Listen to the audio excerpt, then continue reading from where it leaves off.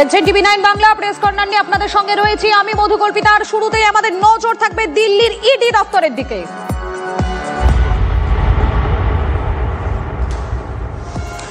যেমনটা বলছিলাম আপনাদেরকে, বেআইনি বেটিং অ্যাপ কাণ্ডে ইডির নজরে তারকারা। ইডির তলবে হাজিরা অভিনেতা অঙ্কুশের। আজ ডাকা হয়েছে অভিনেত্রী উর্বশী রাউতেলাকেও। গতকাল মিমি চক্রবর্তী তাকে ম্যারাথন জিজ্ঞাসাবাদ করেন কেন্দ্রীয় এজেন্সির আধিকারিকেরা।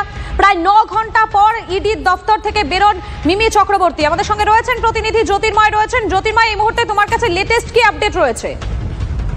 দেখো, সকাল ঠিক 11টা নাগাদ যে সময় অঙ্কুশকে ডাকা হয়েছিল সেই সময় নির্ধারিত সময় তিনি পৌঁছে গিয়েছেন ইডির সদর দপ্তরে এবং তিনি ভেতরে প্রবেশ করার সময় সংবাদ মাধ্যমের ক্যামেরার সামনে কোনো কথা বলতে চাননি।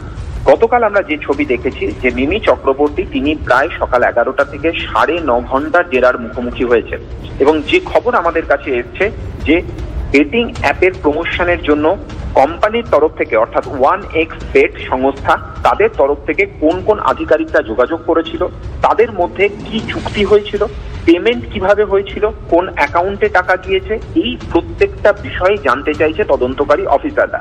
এবং এই বেটিং অ্যাপের সম্পূর্ণ নেটওয়ার্কটা কি, সেই নেটওয়ার্কটাই কিন্তু জেরার মাধ্যমে বুঝতে চাইছে তদন্তকারী অফিসাররা। অঙ্কুশের পাশাপাশি বলিউড অভিনেত্রী উর্বশী রাউতেলা তাকেও আজকে তলব করা হয়েছে এবং এর আগে ক্রিকেটার শিখর ধাওয়ান এবং সুরেশ রায়না তাদেরকেও তলব করা হয়েছে। যে দিকগুলিতে নজর থাকছে যে গুগল, হোয়াটসঅ্যাপ এবং তার পাশাপাশি বিশেষত ফেসবুক এবং ইনস্টাগ্রামে এই 1xBetting অ্যাপে অভিনেতা অভিনেত্রীদের ছবি দিয়ে প্রমোশন করা হয়েছে। ফলত এই ধরনের কোম্পানিগুলোর সঙ্গেও কিন্তু এই অভিনেত্রীদের কোনো যোগাযোগ ছিল কিনা বা টাকার কোনো লেনদেন হয়েছে কিনা সেই বিষয়টিও তদন্তকারী অফিসাররা বোঝার চেষ্টা করছেন। একেবারেই ধন্যবাদ।